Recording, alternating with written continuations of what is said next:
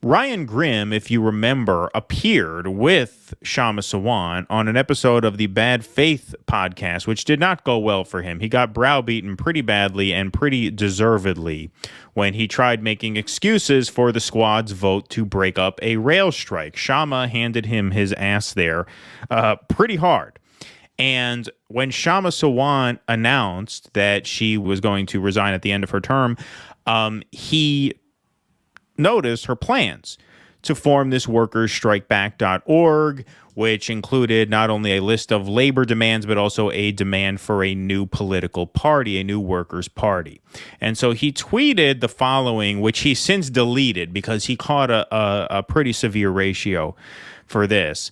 But he reminded people the People's Party launched in 2017, urging people to stop giving small dollar donations to progressive Democrats and instead give them to the People's Party and its affiliated podcasters.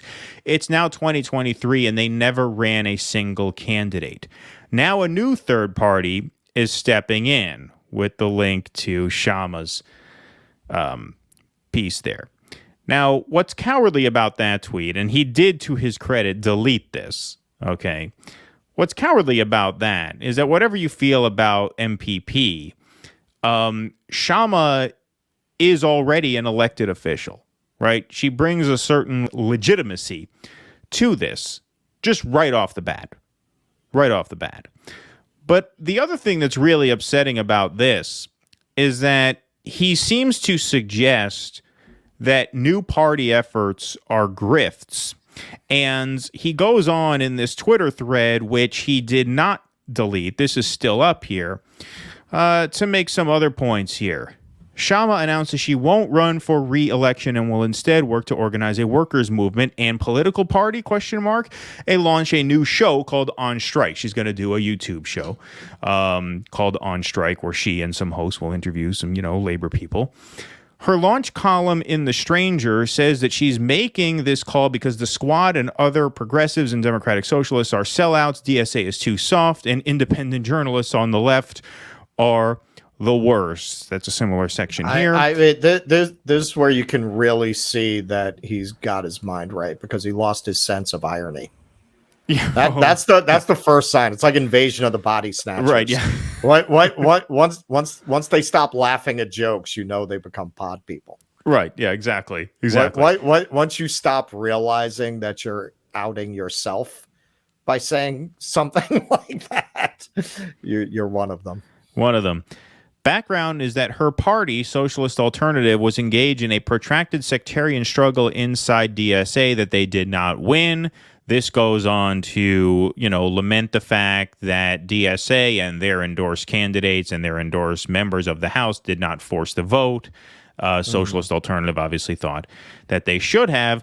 This is where he says here, Socialist Alternative is proudly Trotskyist. That's not red baiting. That's what they call themselves. All right, so here's my answer to Ryan Grimm, because he is right.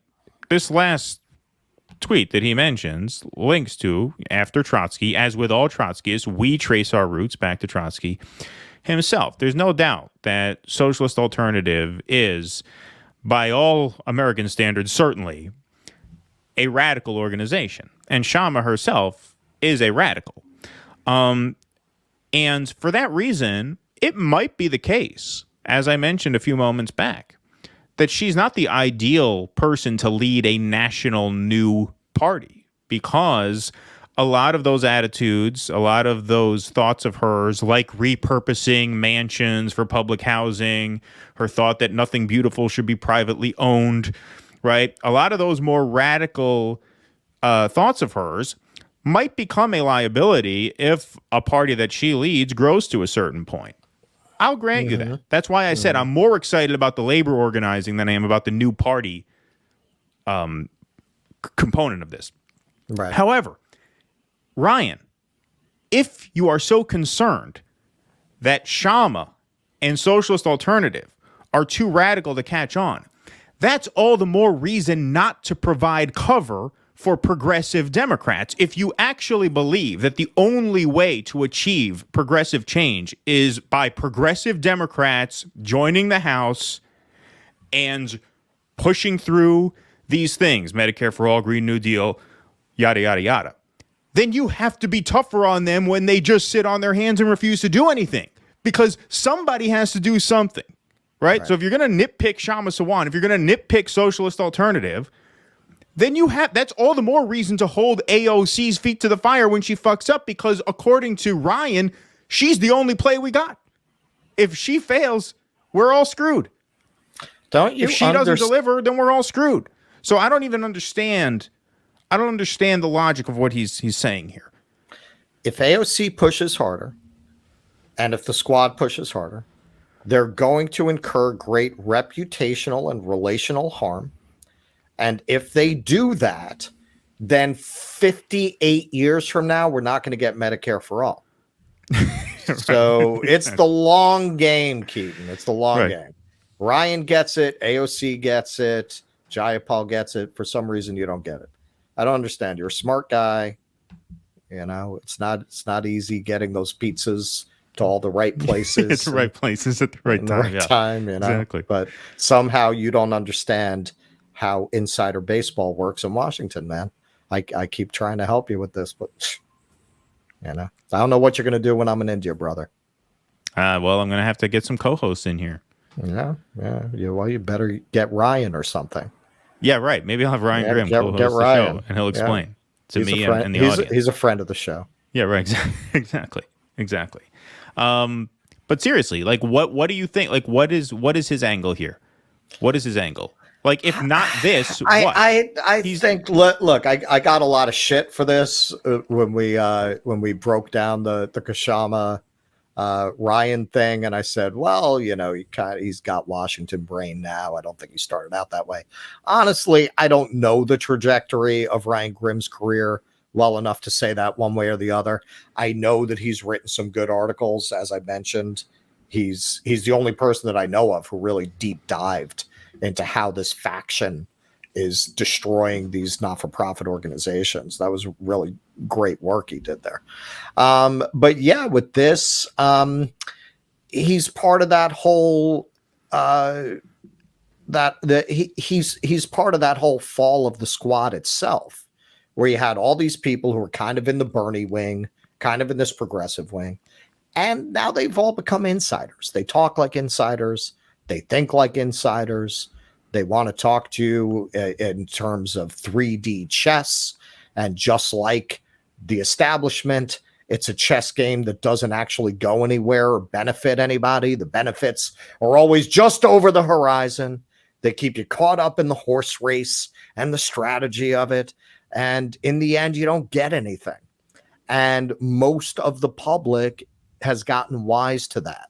And if Ryan hasn't noticed, it's the reason we're on the verge of becoming essentially a right-wing authoritarian country, because people like you, and before you, people like David Brinkley and John McLaughlin and all these other pundits and talking heads talked this shit to people for decades about how everything going on in Washington was really, really smart and subtle, and it was, you know, the great game. Oh my God, what's his name? Chris Matthews was all about that. Oh, right. The rough and tumble of politics here in Washington. I love it. What did that do for anybody? Absolutely nothing. And now people see that. So when you sit down and you talk this way about what for left people was like their last hope, you're talking about it just like on the McLaughlin group, just like they used to talk about all the little court intrigue. When you're talking about it that way, now you've empowered the right wing. You're helping to empower the right wing because people like us who were the rank and file supporting these candidates, we're out. We're not giving them any more money. We're not supporting them. We're not on our show asking them to come on or their people to come on. We're not promoting their campaigns. No, we're on our show instead telling people actually to go to workerstrikeback.org, put your email in there, see what they're all about. They're doing launch events throughout the country on March 4th. One of them will be in New York City. Russell will be in India. I will be at that event in New York, and we will have more info on that as that date draws nearer. Hopefully, we'll have somebody on to talk about that. But they are organizing in several different cities. And so, yeah, go to the website, check it out. Anyway, sorry, Russell, go ahead. They've just become just like the old establishment, a little younger, a little browner, a little hipper, a little better dressed. But they're the same. It's the same tactics, same logic, same arguments. They've just been completely co-opted. It's just the establishment for the next generation. Please clap.